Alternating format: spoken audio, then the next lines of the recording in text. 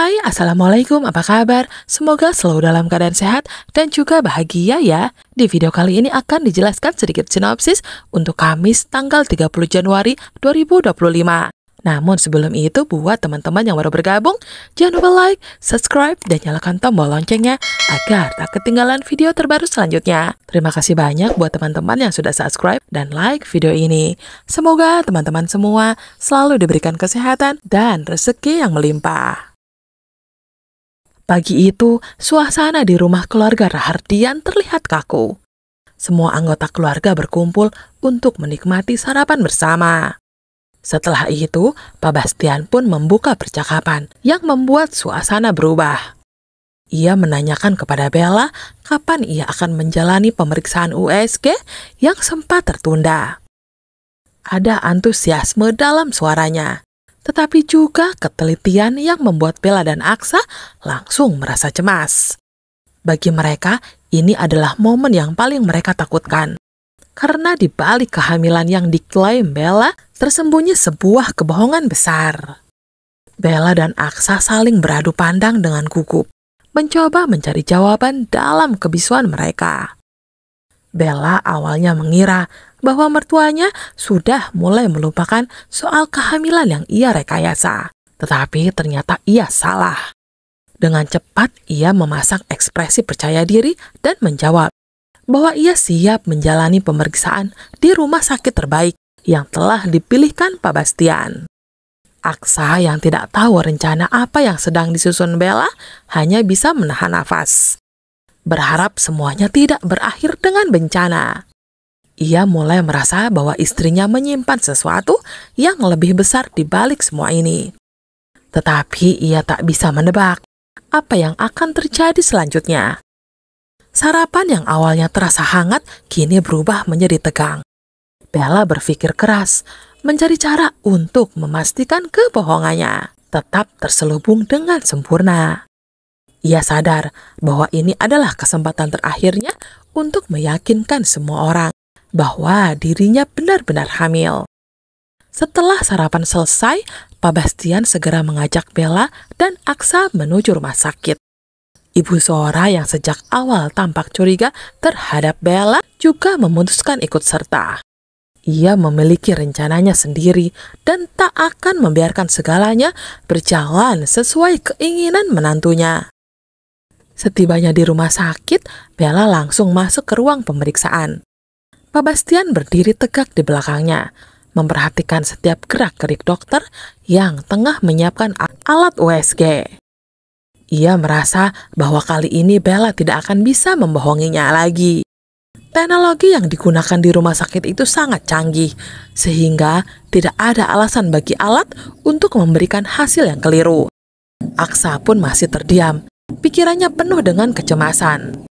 Ia menunggu dengan perasaan campur aduk, takut bahwa semua kebohongan Bella akan terbongkar saat itu juga. Ketegangan mencapai puncaknya ketika dokter mulai memeriksa kondisi rahim Bella. Semua orang menahan nafas, menunggu hasil yang akan muncul di layar. Namun yang terjadi justru di luar dugaan. Dokter dengan yakin menyatakan bahwa Bella memang benar-benar hamil. Hasil USG pun diperlihatkan, memperlihatkan gambaran janin dalam kandungan Bella. Pak Bastian terdiam sejenak, tidak percaya dengan apa yang ia lihat. Aksa mengerutkan kening, merasa ada sesuatu yang janggal. Ia tahu bahwa Bella tidak hamil, lalu bagaimana mungkin hasil pemeriksaan bisa menunjukkan sebaliknya. Ibu Zora yang sejak awal meragukan Bella pun tak kalah kaget. Jika memang Bella mengandung anak Aksa, maka rencananya untuk menjadikan cucunya, Alvin, sebagai pewaris utama keluarga Rahardian bisa terancam gagal. Ia merasa posisinya terancam dan tak bisa membiarkan itu terjadi begitu saja. Sementara itu, Bella tersenyum puas, merasa bahwa ia telah memenangkan permainan ini. Bella menggenggam tangan Aksa dan meletakkannya di perutnya, berpura-pura bahagia dengan kehamilan yang sebenarnya tidak pernah ada. Namun, Pak Bastian tidak semudah itu percaya. Meskipun hasil USG menunjukkan Bella hamil, ia merasa ada sesuatu yang tidak beres. Perasaannya mengatakan bahwa ini adalah tipu daya lain yang sedang dimainkan Bella. Ia bersumpah dalam hati bahwa ia tidak akan tinggal diam. Ia akan mencari cara lain untuk membuktikan kebenaran. Tanpa diketahui oleh mereka, di balik semua ini ada campur tangan Zaki yang telah dengan liciknya memanipulasi hasil pemeriksaan. Apa yang terjadi hari itu hanyalah permulaan dari permainan kebohongan yang semakin dalam. Setelah pemeriksaan di rumah sakit selesai, Aksa dan Bella berpamitan kepada Pak Bastian dan Ibu Zora. Mereka berpisah di rumah sakit, masing-masing dengan pikirannya sendiri. Pak Bastian masih menyimpan kecurigaan yang belum terjawab. Sementara Ibu Zora tampak sibuk dengan rencana barunya. Sementara itu, Aksa dan Bella langsung menuju ke mobil mereka. Suasana di dalam mobil terasa sunyi, hanya terdengar suara mesin yang menderu pelan.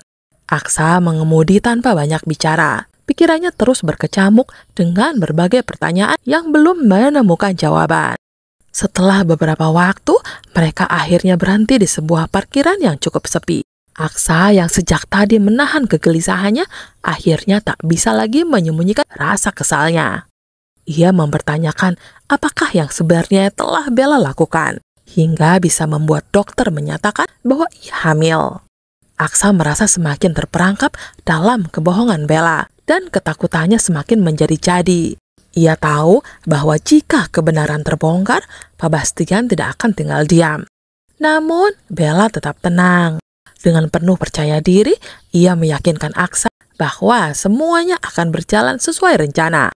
Aksa hanya bisa terdiam, menahan gejolak emosi dalam dirinya. Meskipun merasa muak dengan kebohongan ini, ia tetap memilih untuk mengikuti Bella. Mungkin karena hatinya sudah terlalu bucin pada wanita itu. Di tempat lain, Ibu Zora, Reno, dan Hilda tengah menyusun rencana baru. Mereka sudah cukup dibuat pusing dengan keberadaan Amira. Dan kini mereka ingin memastikan bahwa wanita itu benar-benar berada dalam ketakutan. Kali ini mereka memilih cara yang lebih ekstrim, membuat Amira merasa nyawanya dalam bahaya. Dengan licik, mereka menyelundupkan seekor ular kobra ke dalam kamar Amira. Di tengah kepanikannya, Amira mengingat kembali apa yang pernah diajarkan Galang kepadanya tentang menghadapi ular berbisa. Ia mencoba mengatur nafas, mencari celah untuk bertindak tanpa memancing reaksi agresif dari ular tersebut. Sementara itu, dari luar kamar, Reno dan Hilda sudah bersiap menikmati momen kepanikan Amira. Mereka menunggu suara jeritan atau suara gaduh yang menandakan rencana mereka berhasil. Namun, beberapa menit berlalu, tidak ada suara apapun dari dalam kamar. Mereka saling berpandangan, mulai merasa ada yang tidak beres. Amira, seperti biasa, selalu punya cara untuk menghadapi rencana jahat mereka. Dan kali ini pun, ia tak akan membiarkan dirinya menjadi korban begitu saja.